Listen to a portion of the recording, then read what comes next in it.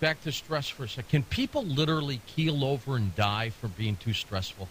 Well, well, certainly they could. I mean, basically a heart attack. Whenever a heart attack happens, there's always a spike in cortisol. You know, it's kind of, and I'm sure you've done shows on this, the whole myth of cholesterol, as if cholesterol is the big factor for heart disease.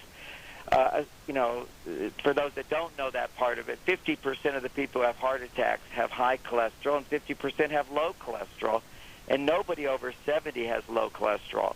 Everybody, to get over 70, you need high cholesterol, and there's no set amount for anybody. You know, I've seen studies showing people, families, their genes, they have high cholesterol, and they live to 80s and 90s, and they don't have heart disease, and it's way in their 300s. That's just their body type. So that's not really the big parameter. But what is the parameter that always goes along with heart disease? In men, it's going to be hormonal imbalance. It's going to be low testosterone and then high stress. The typical time for a man's heart attack, when they kind of do statistics on when do men have them, it's Monday morning. It's kind of like he has the weekend to forget all his problems, and now he's looking towards a stressful week. And that pressure, anticipating that, will cause a cortisol spike. And it's also just sitting on the john as well when it happens, which often stress is associated with constipation. That puts pressure. And with that, along with stress, and suddenly you have the trigger for a heart attack. Because when you're under stress, another thing your body does is it constricts the vessels. That's like a hose. If you want your water to shoot faster out of a hose, you constrict it. You put your thumb in front of it, and it will shoot farther. Well, the same thing the body does. It wants that blood to flow faster and further, so the blood vessels will constrict. That creates more pressure. That puts more strain on a heart if you don't have enough capillaries to deliver all that blood to the muscles when you're under stress. And then when there's that pressure on the vessels, it breaks off the plaque. And plaque is harmless unless you're under stress. But the plaque will break off, and that can cause a stroke and prevent the blood flow from happening. And when oxygen doesn't get to the heart, then you suddenly die. You just keel over and die.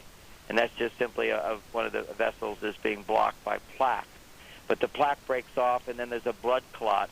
And your blood actually starts clotting up when you're under stress as well. It's your body's anticipation of actually being pierced by an animal's teeth, and blood needs to clot at that time. So if you're actually under stress, your body thinks you're being chased by an animal. It goes to all these protective mechanisms that in our modern-day life are not so protective, but can actually cause us to die. Who copes better with stress, a man or a woman? Men are coping much better with stress, and this is why it used to be women did. And this is because women lived a lifestyle that was routine, that didn't have a lot of decisions, but it was nurturing and it was routine. You know, if you cook, it's pretty routine. If you clean, it's pretty routine. Whereas men were out doing the uncertainty, urgency, sacrifice types jobs. But when you're doing nurturing activities as well as routine activities, and when you're feeling safe throughout that activity and you feel supported instead of feeling alone, then what happens is a hormone called oxytocin gets produced, and oxytocin lowers stress levels for women. But because women have changed their roles today, their bodies don't have enough oxytocin in order to lower stress levels. We're just learning about oxytocin in the last 10 years. We've known about it as far as an important hormone for childbirth, but when the drug companies discovered that oxytocin was the hormone necessary for women's sexual response and for climax in the bedroom, then suddenly a lot of money has been poured into producing the oxytocin pill. It's a hormone pill that immediately and dramatically increases women's sexual response. But overall, generally, in a broader stroke, it's oxytocin that helps women to cope effectively with stress. And now women's lifestyle doesn't give them enough time to do that. There are ways she can, in my book I talk about super oxytocin and just things she can do that will stimulate higher levels of oxytocin in a shorter amount of time. Certainly another option is taking the hormone oxytocin, which some clinics are doing now, but it's not getting to the root cause of why she's not making oxytocin and why she's not making other hormones as well, and that's going to shorten her life. So I'm always telling people, if you want symptomatic relief, make sure you have a really, really good doctor but you're really not getting to the cause of the problem, and you're going to age faster and die faster, and you're going to be more vulnerable to diseases unless you get to the root cause, which is we come back to it with all hormone production. It has to do with an exhausted adrenal gland. And when we can learn to balance blood sugar, and one of the practical things, as you were talking about before, is PGX, but there's a lot of other things, too, that people can do, but that's the simplest and easiest. But when you balance blood sugar, it puts less stress on the adrenal gland to make cortisol. And then when you're not making cortisol all the time, the body makes an abundance of these other hormones. How many people, John, are walking around with either type 2 diabetes or pre-diabetes, and they don't even know it? All right, well, this is, there's some research today that says 1 out of 3 people walking around today is pre-diabetic.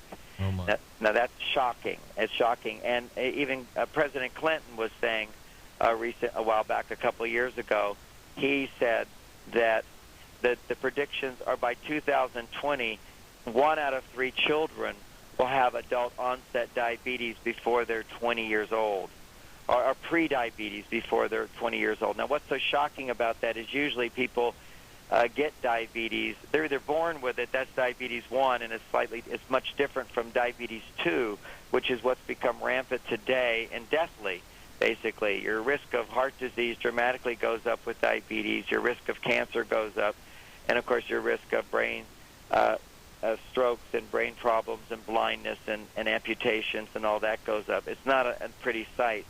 But to think that children are getting it is quite dramatic as well. And the statistics are 1 out of 3 children by 2020. I think it's 2020 that will be 1 out of 3 will be pre-diabetic. That's frightening statistics. And the simple reason for that, there's no doubt, there's no question, is the amount of high-processed carbohydrates that everybody eating. And, I'm a big fan of the whole natural foods industry, and I'm on all the newsletters, and I get the ones from the natural people and the regular standard food distribution people. And the sugar industry puts out a newsletter as well. And they come and, they fund them. And they'll put out these disclaimers, and they say there's no evidence that consumption of sugar can cause diabetes, and that's just nonsense. But they can be accurate, and they can say that, because if you were just to have a couple of teaspoons of sugar every 4 or 5 hours every day, that wouldn't cause diabetes. It'd be just a very small amount. But just, even for people to put it in perspective, a glass of apple juice, 8 ounces of apple juice, has 27 grams of sugar in it, which is the equivalent of 7 teaspoons of sugar. That is way too much for the body to consume. What about organic apple? Doesn't matter. Well, organic apple juice is certainly better because you're not getting the pesticides. Pesticides have estrogen in them, and it's the estrogen that which is responsible for lowering all of this testosterone in men and throwing women's hormones off, which estrogens are everywhere. We can talk more about that, but just in terms of organic apple juice, certainly it's great. But you remember when we were kids, we always got these little tiny cups. And you go in a restaurant, they have little tiny glasses for your orange juice or your apple juice, because that's all that the brain can handle. Anything more than that becomes a neurotoxin, and for most body types will then be immediately converted into excess fat and prediabetes. I did not know that. See, so, every 2 years you teach me something. Oh, good.